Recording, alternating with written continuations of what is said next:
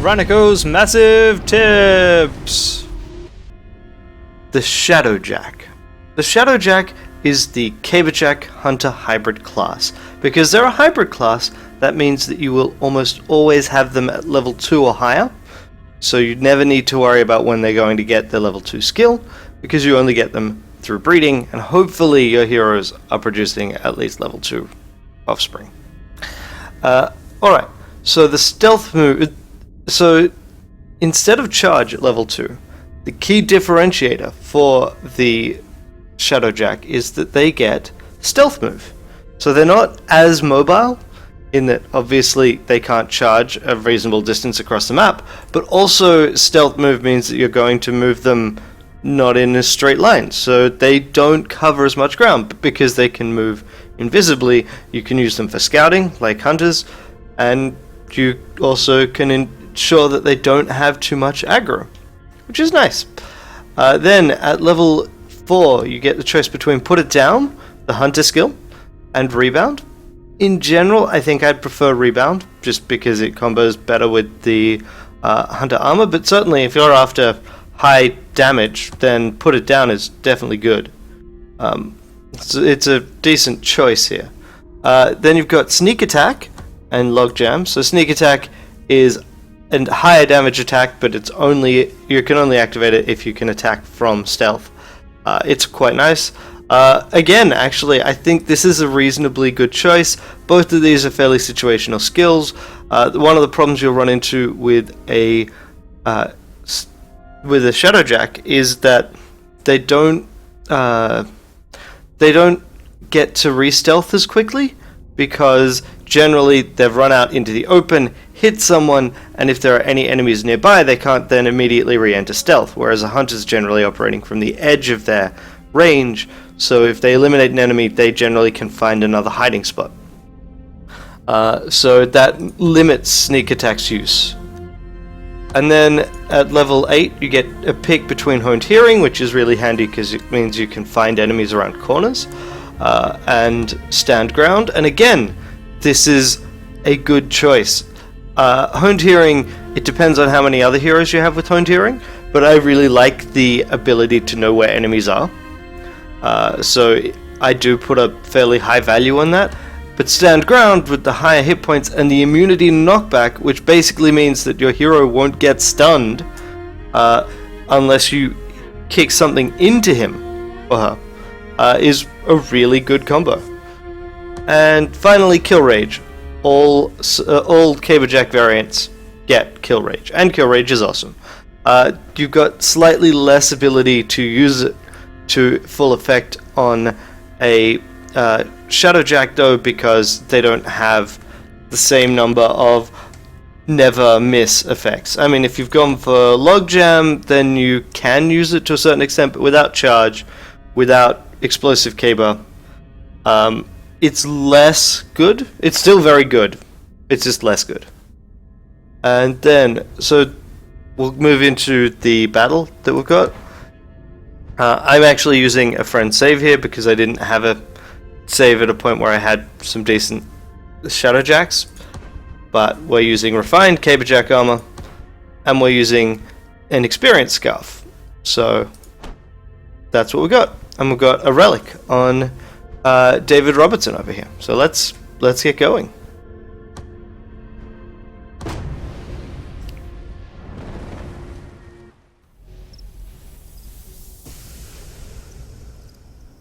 I don't know about you, but I'm ready to hit something. So this is a very inconvenient start to the battle, because we immediately can't use the thing that we want to use, which is the ability to hide.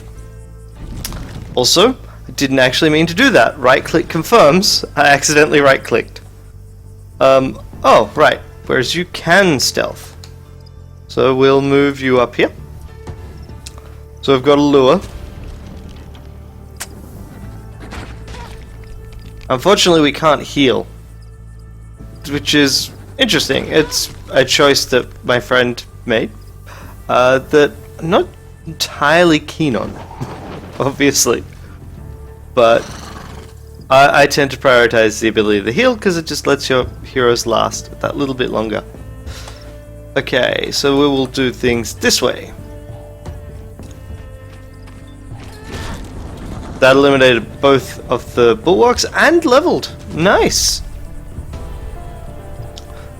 Being hybrid classes, the Shadowjack will have higher dexterity than regular ones. They also get half of the benefit from the crossbow training, so that's handy. I don't know which skills of theirs use it. I kind of assume some of them would, but he went to level 5, which means no new skill here.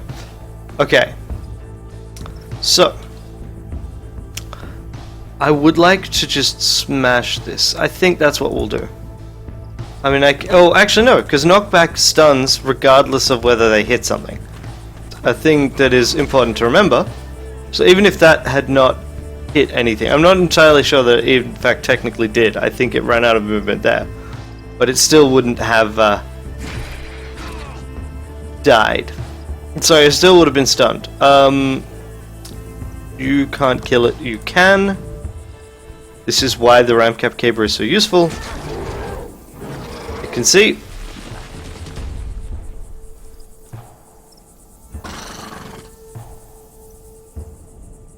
And we'll just take you out.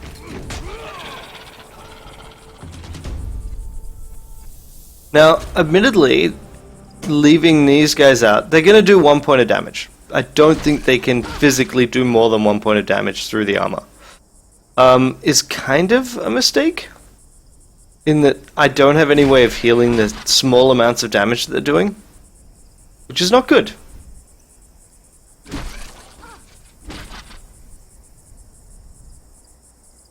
Okay, so first step is we'll eliminate this one.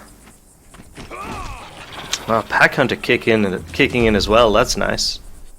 And we'll then eliminate these two, which we can only do because of the Ramcap Caber. But this is why I generally go for the Ramcap Caber over the relics. This is a low-level relic, admittedly. It's only level 2. It's got an awesome name, Hand of Fate. It's a really nice name for a relic. But, yeah. And now I've eliminated all the enemies in the area, we can go stealth. Which is the big advantage we have, is that we can pop out of nowhere. We don't need to worry. We can do this full to the limit of our ability movement, because the enemy literally cannot spot us save by random movement. It doesn't get the special ability to know where we are. Now this map has some interesting features which work against us with melee-only guys, because it's got these movement blockers, which are not, like, they don't block visibility at all. Wait, no, let's not move all the way into that corner, because that just increases the movement cost of leaving. And we'll go there. And the good thing about this is, if they pop out and spot us, that's fine, because they'll discover both of us, and quite frankly, we're both in a decent spot. They are, irritatingly enough, continuing to walk away from us. So here I'm picking this edge just because it lets me see a little bit better. One of the things I find annoying about the default stealth, this is why, and I'll cover it in a later tip, the Veil armor is so awesome, is that, quite frankly, I just can't move to a decent spot here. You can only stealth up against a full height blocker, and those are not full height blockers, because there's half height blockers there. Okay. You. Oh, hi. How do we want to deal with this, actually? Because I can kill both of them, but I will be stuck in the radius. So what I'm going to do is I'm actually going to move there and see if you can make it up here. And we're kind of hoping... Well, firstly, I actually couldn't deal with both of them. I'm just hoping that they'll split up but still be aligned. Yes, this is exactly what I wanted to see. Because this allows me to stun both of them, but kick this one out of my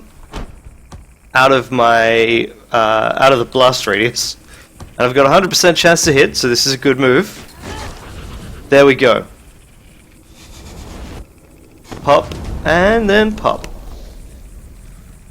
This is another reason why I really like the Ramcab Caper. It would be possible to deal with them using just knockback, but it's a bit of a pain. And we'll stun this guy. Don't think he'll be able to move into a position to hit both of them.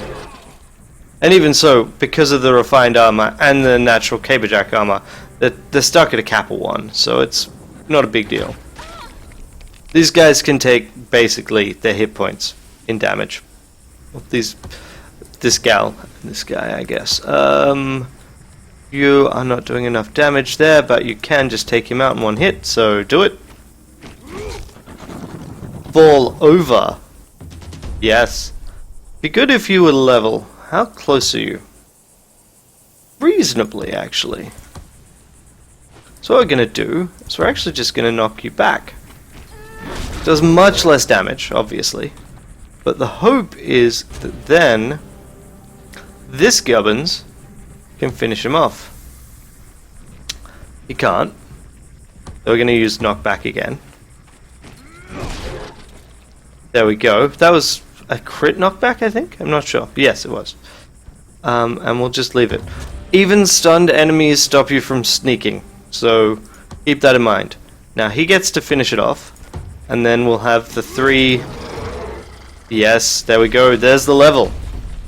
It's important to try and keep in mind experience, because everyone gets full credit for the kills that they make.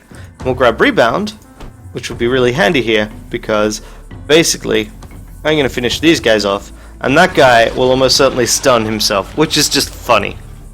It doesn't really give us a bonus here because he'll do 1 damage anyway, and then we'll hit him and he'll die. See, told you, stunned himself. I'm glad. Oh wow, glancing blow. Well, I mean, maybe it was a good move then. I'll just hit. And the music has kicked in. The music kicking in means that we have killed, I think it's half of the cadence. This actually means that we can take advantage of this, because the cadence will now naturally, they don't make a beeline for you, but they do move in your direction, unless you're stealthed, which I'm now going to do. But what I might do, as a result, is actually just leave one guy out of stealth. And that will encourage the cadence to come towards me.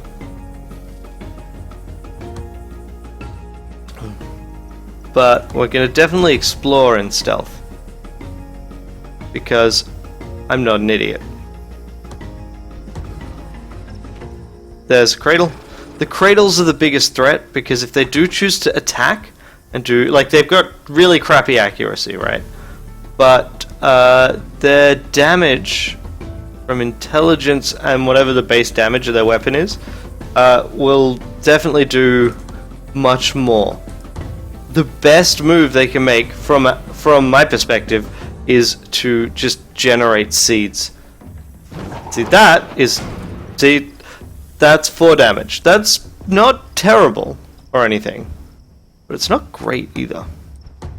But now we know where one is, we can do this. I'm invisible. Ah, and there's a bulwark. That's nice. I'm gonna go around the backside. And now it has no idea where we are. The enemy AI doesn't do anything like try to engage in at your last known position or anything. So we're just gonna run in. I can't reposition because of the setup here. So I can run up though, and I can. There's really nowhere I can go where I won't be. Wait, I don't need to worry about this. I can just kill. We'll do that. It's definitely going to get at least one hit on both of them. But it's fine. It's fine. We'll cope. An important thing to note when dealing with bulwarks is that even glancing blows... Well, if you miss with a melee attack, then you will do a glancing blow. Even glancing blows will cause you grief, though. Right? Because a glancing blow will do 1, maybe 2 points of damage, and then the enemy will be... There we go. Did the bush count as stunned there? Wow, I did not know that would happen. But yeah, even glancing blows will trigger their armor. It's not very relevant with this because we're dealing with regular bulwarks and we're dealing with, you know, level 3 for Caberjacks. So we can take them out in one hit. But the very first times you encounter them, a failed melee attack is kind of a pain. That's right. And then one of you will stun both of your buddies, which is great.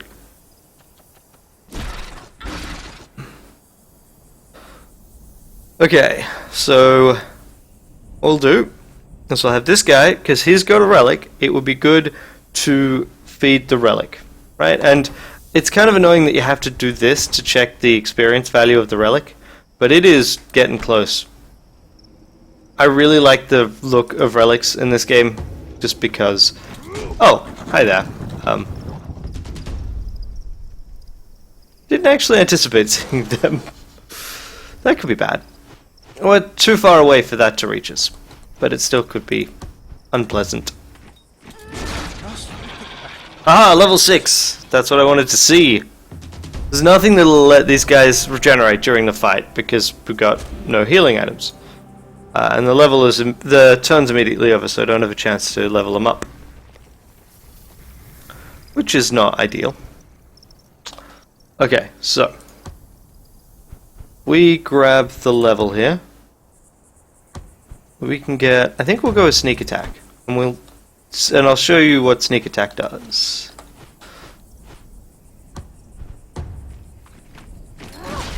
Which is why we're running this way, right? Because if I can break line of sight, I can hide, and then I can use sneak attack. It would have been better if I could have broken line of sight this turn. So we'll grab...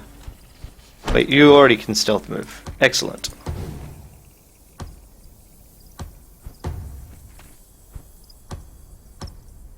I'm not here! Shh! And turn. Because that guy's too close to an edge. And now he's like, where'd they go? Oh, really? Okay, sneak attack. Oh, look at that damage. That sweet, sweet damage. Biff. Get them both. And then explode and do damage to those guys. Oh, this is such payoff. Admittedly, the damage is just not enough to really make much of a difference, but I still enjoy that. And this is enough to kill all of them, well, both of them. And because of the reduced armor, that guy actually took more damage from the knockback than the one that was hit in the first place. Awesome. So yeah, like, sneak attack is really useful because it does a huge amount of damage in that one hit.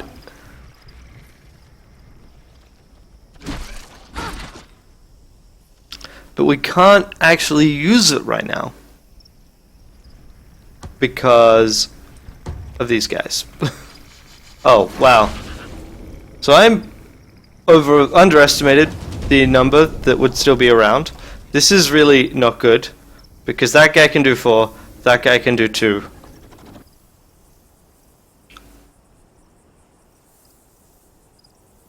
I don't want to do that actually. No, I do want to do it, even though I'm exposing to more fire.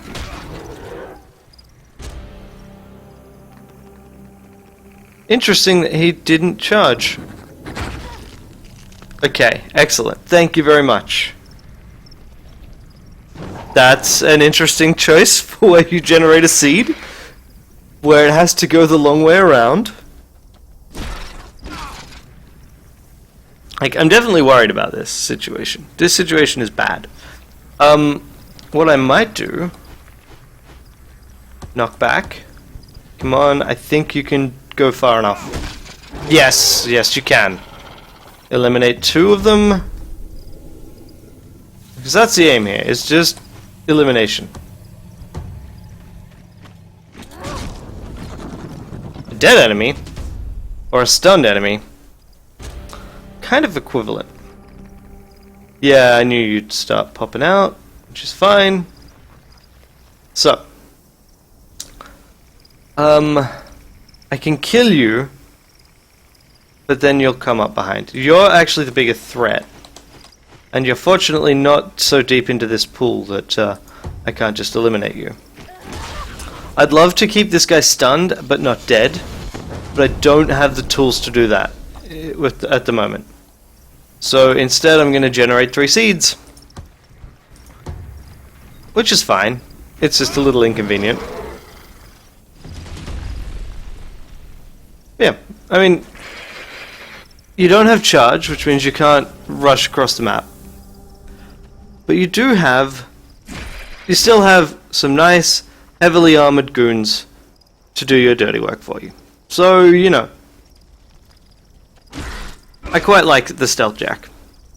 Especially since you can use the scouting to get them into an optimal position.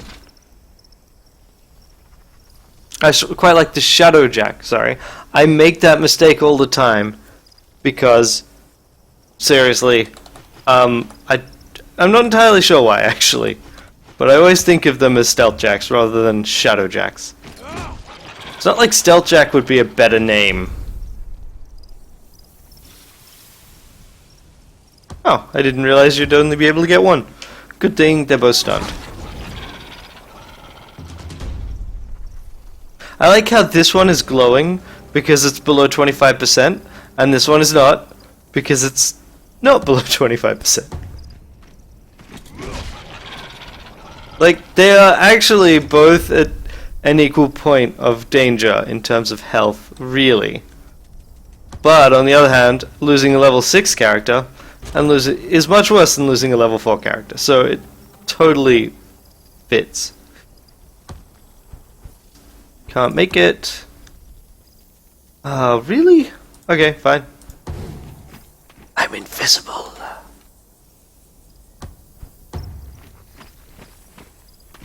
Then you should start actually trying to make it around, surely.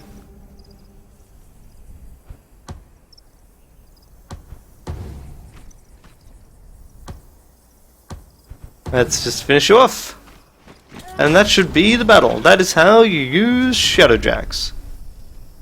So as you can see, use stealth to your advantage, but be aware of the fact that you won't be able to actually pop in and out of stealth very easily, because in general it requires running away a bit, hiding, coming back.